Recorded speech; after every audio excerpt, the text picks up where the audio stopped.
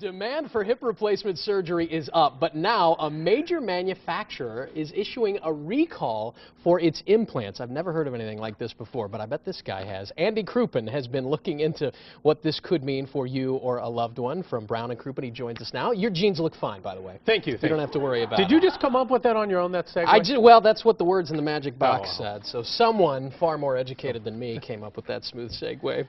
So these implant systems Yes. have a manufacturer, just like your automobile has a manufacturer. And apparently, they have recalls sometimes, just like automobiles have recalls. Tell us what's going on out there. Well, there's been a history of problems with hip replacements. Currently, Johnson & Johnson, the DePuy hip replacement system, which DePuy, I think, my French isn't good, but it almost sounds French for shoddy merchandise.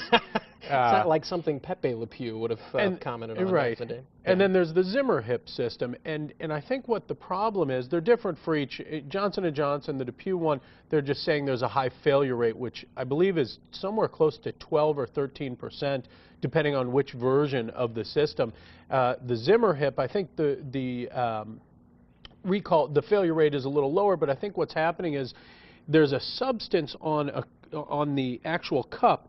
There's a coating that allows it to bond with your bone and form around and create an artificial hip cup so that the bone can go into it. Which sounds like a good thing. But it's not bonding. Additionally, I think it's not visible to many x-rays, so people are reporting pain, going in, they'll x-ray it, they can't really see anything wrong, but then when the doctor goes in to do the revision surgery, the cup just sort of falls out of place and they say, oh, that's the problem. That might be the problem. A lot of people affected, you know, upwards of 100,000 people between the two systems.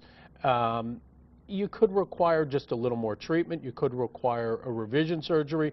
You could need to have the whole thing redone again, which is sometimes worse than the original surgery itself. I would imagine it almost has to be. All right, but you know, you get the notice in the letter that the family minivan has to go in and have some work done. Right. This is kind of different. You had a replacement maybe 2 years ago. How do you even know if what you've got in your right hip is what's been recalled? Well, I think the best advice I can give people is, you know, let your pain be your guide. If you had a hip replacement surgery and you're still experiencing some pretty significant pain 3 months after the surgery, even if you've already been to the doctor, there's some new information that's come to light. So I think it would be prudent to just make an appointment, go in and see your doctor, have him or her check it out, see if there's something going on. You know, you never want to just let these things go. I think the longer you let them go, the worse things can be. Sure, absolutely. So it sounds like several lawsuits in this arena have already been filed, but we're not at class action status on these right now? Well, a class action, I think there's a misconception of what a class action is. That's for another day. But no, these are individual cases. Now, sometimes they're settled in mass. Okay. They call, you know, anytime there's a product or a drug that affects a lot of people, they'll group those under mass torts, which aren't necessarily class actions, but they're sometimes settled as a group.